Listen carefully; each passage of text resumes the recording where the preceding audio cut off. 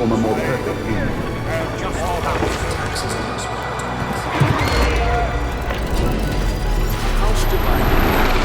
I'm sure they can get also increasing.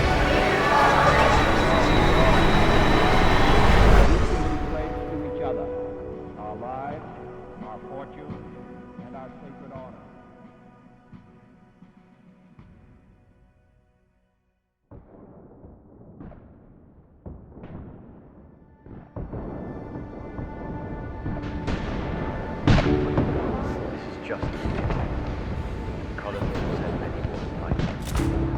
The spring of 1775, 250 years ago, was a tenuous tipping point that could have gone either way. After the skirmishes at Lexington and Concord, Massachusetts wondered if it would stand alone. Its legislature petitioned the Second Continental Congress to create a national army. As the army now collecting from different colonies is for the general defense of the right of America, we would beg leave to suggest you're taking the regulation and general direction of it. This was a bold step toward the unification of the 13 colonies into a national government.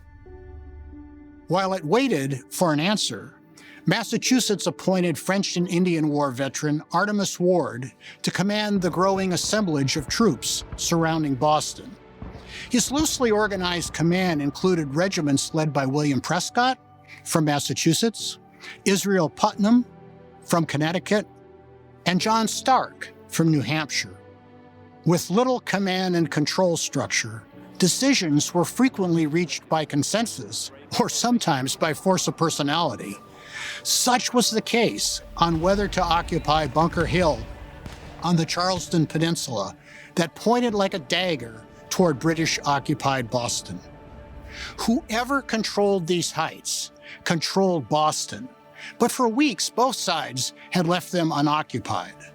Finally, General Thomas Gage, the British commander, decided to act.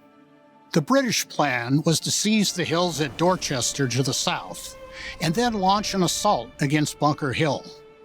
The Dorchester attack was planned for the morning of June 18th, without much concern as to what General Ward's troops might be doing in the interim. For 2 days before this planned attack, at the urging of Prescott and Putnam, Ward agreed to fortify the Charleston Peninsula and its 110-foot high point of Bunker Hill.